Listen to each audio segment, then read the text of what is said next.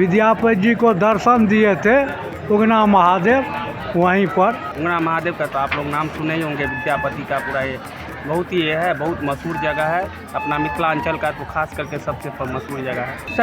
Sunday को ज़्यादा दूर दूर से लोग आते हैं, बाकी दिन भी लोकल लोग ही आते हैं। बहुत है इनका नाम, उधर बहुत है इनका नाम। सोमवार और रविवार और मेला जैसे होता है तो बहुत भीड़ रहता है ज़्यादा। महाशिवरात्रि में यहाँ 3 लाइन लगता है। प्रेम से बोलिए बाबा उग्रनाथ की जय। विश्व का कल्याण हो, प्राणियों में सद्भावना हो, गौ माता की रक्षा हो, सत्य सनातन धर्म की जय हो। मिथिलांचल में एक से एक महापुरुष हुए हैं, उनमें महाकवि विद्यापति जी का नाम विश्व विख्यात। कौन ऐसा व्यक्ति है जो नहीं जानते हैं उनको। विद्यापति के यहाँ भोलेनाथ अपना रूप बदल के उनके यहाँ नौकरी करने के लिए आए। तो नौकर जो रखते हैं तो परिचय होना चाहिए। तो विद्यापति जी ने बोले कहे जो तुम्हारा नाम क्या है, तो कोई उगना कहता है, कोई उदना कहता है।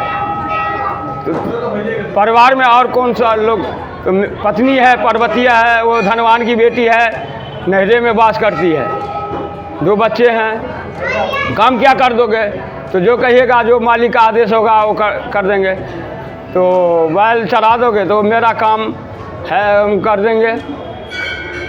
तो उसी क्रम में जब शिव सिंह के यहाँ जाने लगे, पहले राजा प्रथा था यहाँ पर मिथिलांचल में, चाहे बिहार में चाहे भारतवर्ष में राजाओं की प्रथा थी।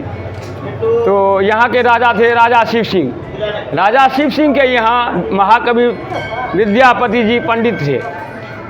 राजा शिव सिंह का गढ़ रजवाड़ा यहाँ से 10 किलोमीटर दक्षिण में पड़ता है। भवानीपुर ग्राम के दक्षिण में 10 किलोमीटर पर है अवस्थित।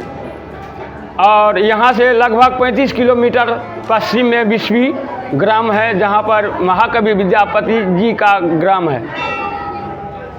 तो इसी रास्ते से पहले कोई सवारी नहीं होती थी। राजा महाराजा हाथी और घोड़े से चलते थे और साधारण मानव पालकी से चाहे पांव पैदल चलते थे। तो विद्यापति जी और उगना दोनों विश्वी से चले हैं। यहाँ पर घनघोर जंगल था। इसी क्रम में नारद जी बीच में जाकर के माँ पार्वती जी से बोले, जो त्रिभुवनपति, जो त्रिभुवननाथ त्रिलोकी कहलाते हैं, वो मिथिला पुरी में जाकर के महाकवि विद्यापति के यहाँ नौकर बन के काम कर रहे हैं। जो त्रिलोकी स्वयं कहलाते हैं वो नौकर बन के काम कर रहे हैं। तो माँ पार्वती 2 अपनी दूत जो है उनको भेजे हैं, एक पिपासा और एक अभिमान, जिनको क्रोध के नाम से जाना जाता है। तो पिपासा इसी जंगल में भटक रही थी, भेजी माँ पार्वती, और विद्यापति जी और उगना दोनों इसी जंगल के रास्ते से जा रहे थे। तो यहाँ पर विद्यापति जी को प्यास लगी और उन्होंने उगना से बोले, जो जल थोड़ा लाओ, कंठ सूख रहा है। तो भोलेनाथ थे, ये तो देखे जो जल इस इलाके में नहीं है, इनको प्यास लगी है, इनको जल ला के पिलाना है। तो गंगा को आवाहन किए हैं, जटा से गंगा जल ला कर के दिए हैं। तो जब गंगा जल पान किए हैं, जल जब पान किए तो उनको गंगा जल का स्वाद लगा, क्योंकि विद्यापति जी नित्य रोजाना गंगा जल ही पान करते थे, इसीलिए स्वाद को वो समझे। जो कि अभी भी अवस्थित है यहाँ पर तालाब के नज़दीक में, चंद्रकूप के नाम से जाना जाता है। वहाँ से जल भर के शिव जी को, भोलेनाथ उगना को चढ़ाया जाता है। साक्षात गंगा जल है, प्रमाणित है।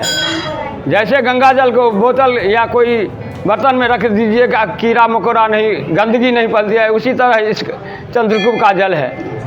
और गंगा जल पीने के बाद विद्यापति जी ने नौकर रूपी जो शिव थे उनका पांव पकड़ लिए और अन्य विनय करने लगे। जो आप तो मानव नहीं हो, देव हो कि दानव हो, कौन हो, आप भेद तो वो भोलेनाथ जो थे नौकर के रूप में, वो उनको जो भेद बताने से हिचकिचाने लगे, लेकिन पाँव पकड़ लिए।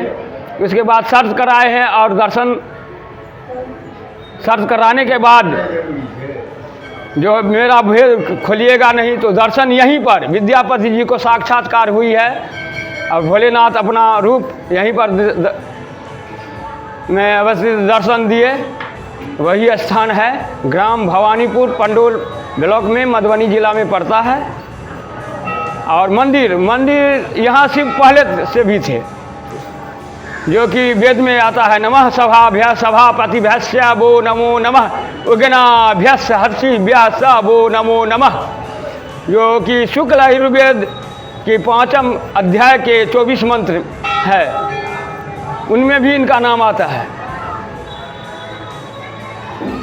तो इनको दर्शन दिए और जल पिलाए, वही स्थान है। महादेव पहले से भी थे। और मंदिर तो राजा कामेश्वर सिंह दरभंगा महाराज के द्वारा कुछ अंश पैसा रुपया मिला। उसके बाद 36 गांव के चंदा से, जो कि लगभग उस समय में 6,000 कुछ रुपया कुछ पैसा से मंदिर बना। अब तो ये ट्रस्ट में धार्मिक न्यास पटना में चले गए हैं और इनका देख रेख ग्रामीण जो हैं कमेटी के द्वारा हो रहा है। जय भोलेनाथ।